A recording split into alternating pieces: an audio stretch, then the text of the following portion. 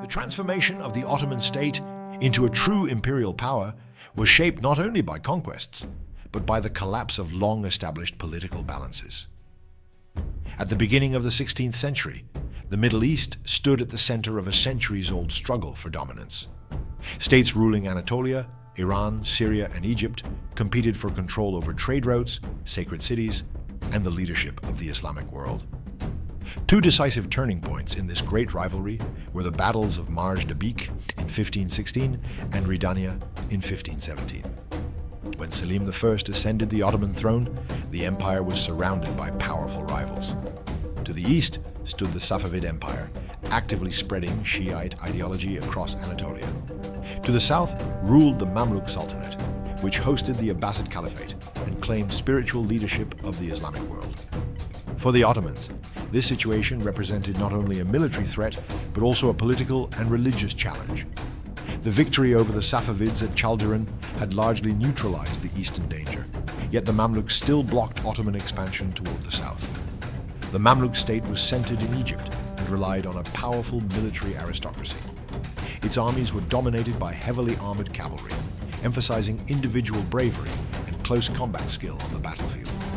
The Ottoman army, by contrast, had embraced a more modern structure built around disciplined infantry, systematic use of firearms, and strong artillery support.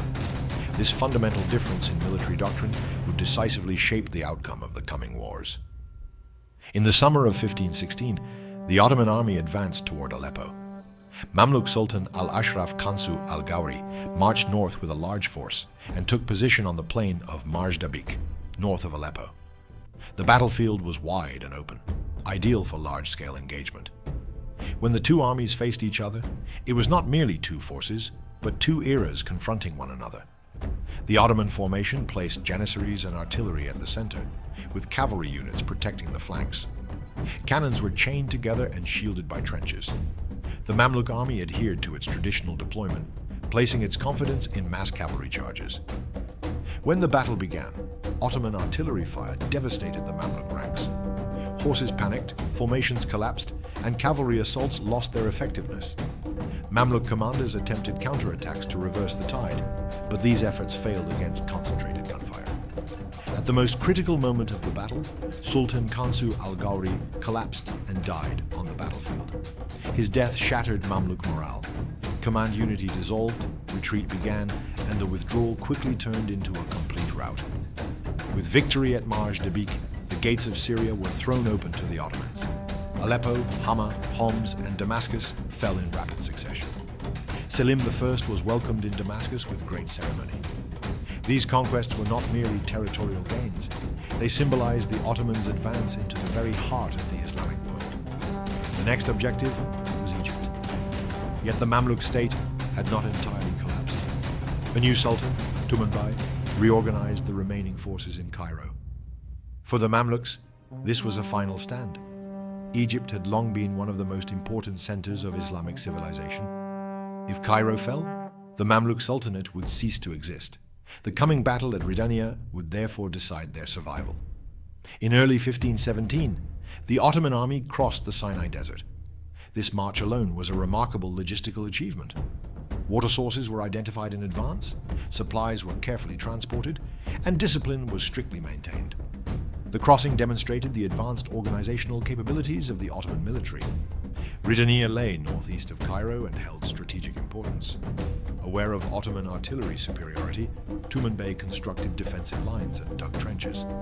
However, the Mamluks possessed neither sufficient artillery nor the expertise to match the Ottomans in its effective use.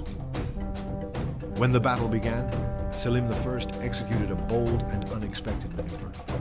Part of the Ottoman army marched through the Muqattam hills, outflanking the Mamluk defenses and attacking from the rear. This maneuver determined the fate of the battle. Trapped between two fronts, the Mamluk forces suffered heavy losses. The Battle of Ridaniya was fiercer and bloodier than Marj Dabiq. Sultan Tumanbay fought personally on the battlefield, displaying remarkable courage. Nevertheless, Mamluk resistance ultimately collapsed under the sustained pressure of Ottoman artillery and Janissary firepower. The battle ended in decisive Ottoman victory, and the road to Cairo lay open. When Ottoman forces entered Cairo, the city was shaken to its core. Mamluk rule had effectively ended. Though Tumen Bey continued resistance for a short time, he was eventually captured and executed. Thus, the Mamluk Sultanate, which had ruled for nearly 250 years, disappeared from history. One of the most significant consequences of these victories was the transfer of the Abbasid Caliphate into Ottoman protection. Symbolic caliphal authority was passed to Selim I, enabling Ottoman sultans to claim not only political supremacy, but also religious leadership. Guardianship of Mecca and Medina passed to the Ottomans, elevating the empire to the position of protector of the Islamic world. From a military perspective, Marj Dabiq and Ridaniya confirmed the decisive superiority of firearms and artillery. The age of cavalry-dominated armies was coming to an end, replaced by disciplined infantry supported by heavy guns. The Ottomans had recognized this transformation early and successfully integrated it into their military system.